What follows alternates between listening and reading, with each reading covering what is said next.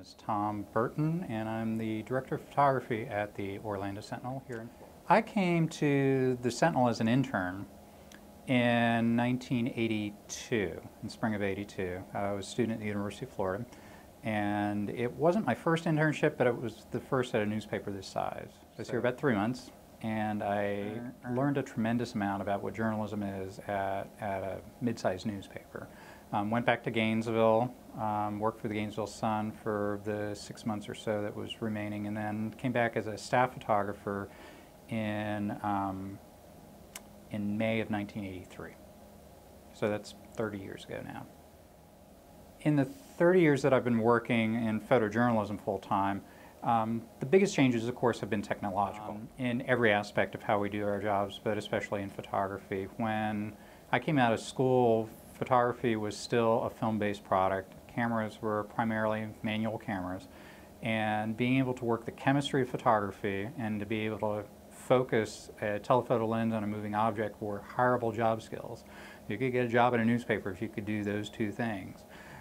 These days, of course, with digital cameras, the chemistry is gone, and the autofocus systems are exceptionally sophisticated. So that's shifted right there. It's a different kind of thing. We spent a lot of time of our day handling the process of photography, running film, making prints, and that was built into your day. A lot of it was also based on travel too. We did not have easy ways to send photographs back to the office from remote locations. So you almost always would make photographs and send the film back or bring it back yourself for the processing. These days, it's much more instantaneous. You can make photographs, you can carry everything you need on your back in a backpack, and get photographs back within moments of an event. And that has compressed time. It makes us work a lot more in some ways. It's sped everything up, and it's a much different dynamic for us at that point. I think it's really difficult right now to assess whether the changes are going to be harmful or beneficial to the industry. We are still in the change process. And to be able to predict even 6 months out right now is a risky business. I mean, years ago we used to say, oh yeah, well, we'll never use cell phones for pictures. Well, actually I remember many years ago telling somebody that, oh yeah, handling photographs on a computer, that's going to be almost impossible because a computer cannot handle the amount of information a single photograph has. And of course we have well surpassed that now. So I think it's difficult to say whether it's going to be beneficial or a negative for us. What I do know is that it's a very dynamic change right now. And it's forcing all journalists, and especially visual journalists, to be very agile right now and be able to assess how you do things, figure out the important things to keep, and the things that you don't need to do anymore, let them go and prioritize. Because we all have limited resources. The resources of financially for the newspapers especially and magazines have been reduced, so we have fewer people. Each individual is a limited resource, so there's just so much you can do in a day.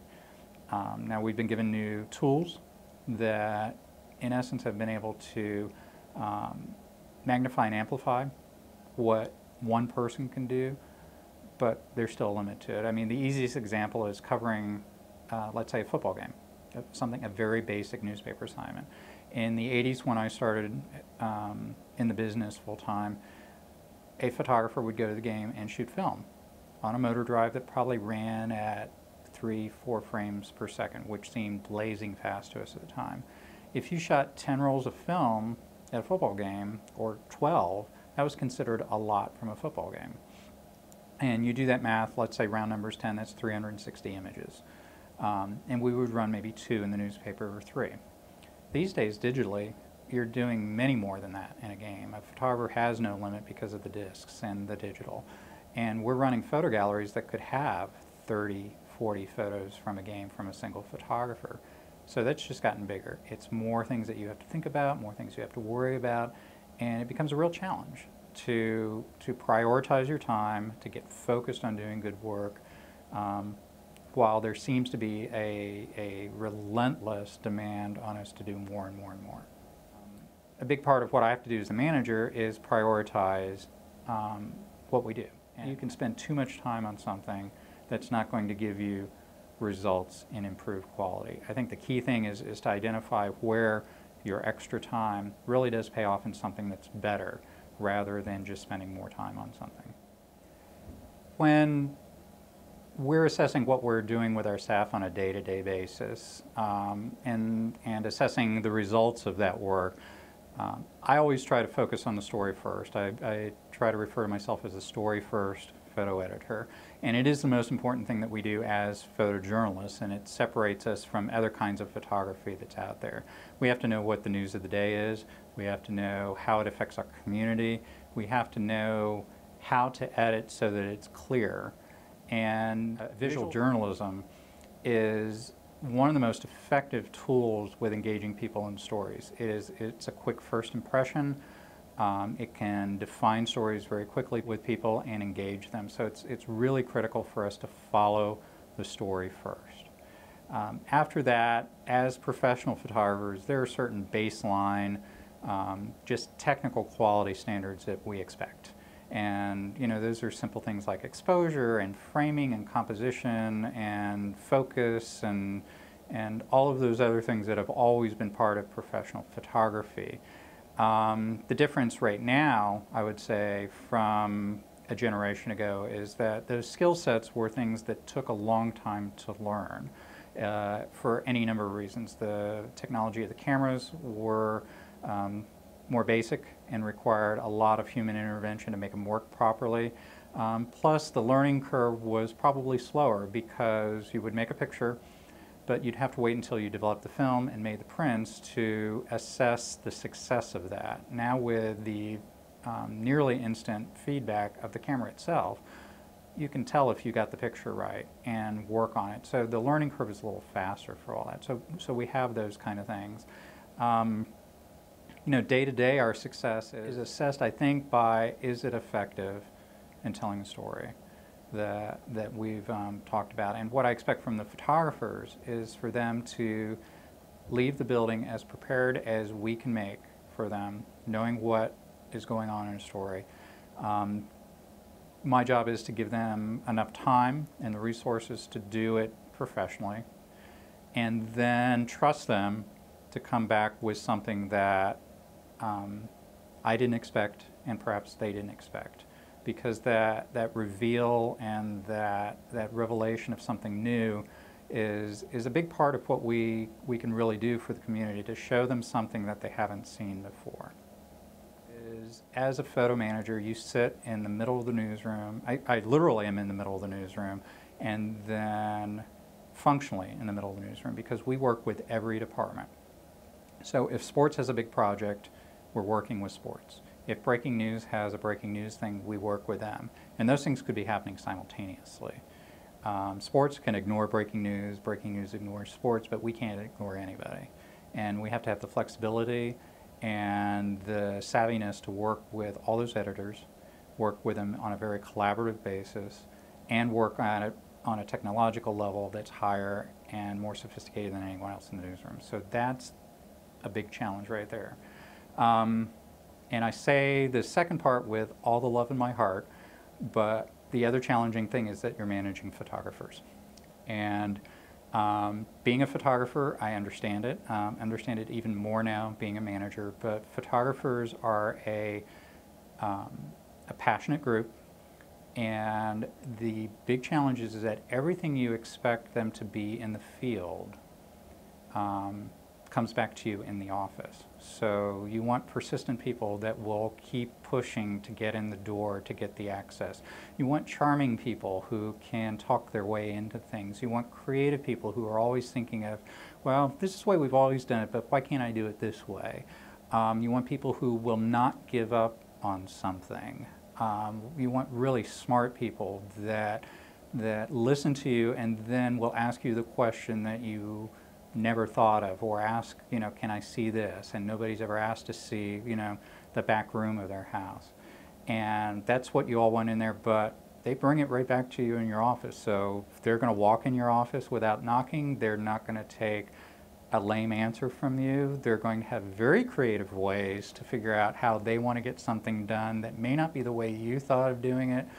And you've got to understand that that's what you're managing, that your job is to keep a photographer, and I think this is for all journalists, but to keep them in a position where they can do their best work, that their job is not to just simply create something that I've come up with, be the machine that puts it out, but to basically let them get out on the field and play and see how the game turns out, and be comfortable with that. And then it's going to be different every single day.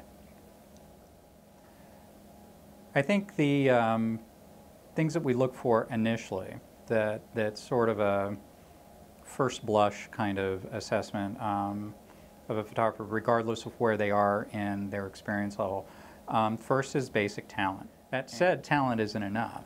You have to have the passion for it, and so you get that from a photographer. Are they really, wired up to want to go out and make pictures? Outside of that, we also, the cliche is always, we want somebody who's curious. For any journalist. And I think that's almost too broad. I want it really more focused than that. I want you to be not only curious, but I want you to be just dogged with finding the answer to the curious. I think our readers and our audience, they're all curious, and we're providing the answers. That's really where it gets magical. It's not like, why is this happening? It's when you say, no, this is why it's happening, because I took the time to find the story and tell it to you. When I talk to students today about getting into journalism, or specifically into photojournalism, I have to add a caveat to everything. I could tell you how I got into the business, the path I took, the breaks I had, the breaks I was able to make for myself. And it would be interesting in an old-timers kind of story way, and it would be almost useless to the person I was talking to, because the paths that I took don't exist anymore. Specific jobs I did don't exist anymore.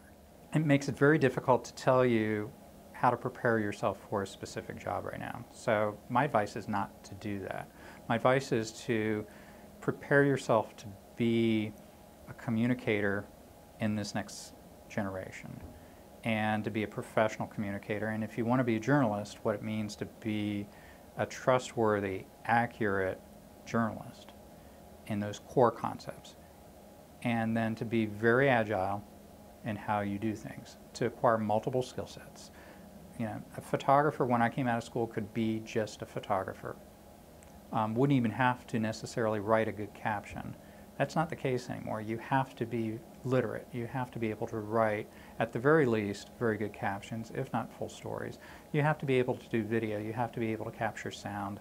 You have to be more well-rounded, and you have to be that if you think your primary skill set is writing. You have to be multi-skilled. And at the same time, as self-contained as you have to be able to do it all by yourself if you have to. You also have to be exceptionally collaborative and be able to work with other people and work in a group. And it sounds very contradictory for me to say, well, you both need to be very self-contained and then you have to work with a group. But it's the reality. It's because nobody can carry it all themselves, but you have to be able to carry whatever is handed to you. And those are things that are being learned right now. The journalists today who are 20 years old are going to define a new journalism. And that is crazy exciting. You don't have to do it the way I'm telling you to do it anymore. You can come up with a new and better way to do it. And you can do it when you're 20 years old, because the tools are all given to you. The gatekeepers don't have the authority they used to. You don't have to be validated by me, by any other director of photography, by anybody. You can publish yourself. And if it's good enough, and if you work hard enough, and you have the right amount of luck, you're going to get the audience for it. Not everybody's going to, but it's certainly possible.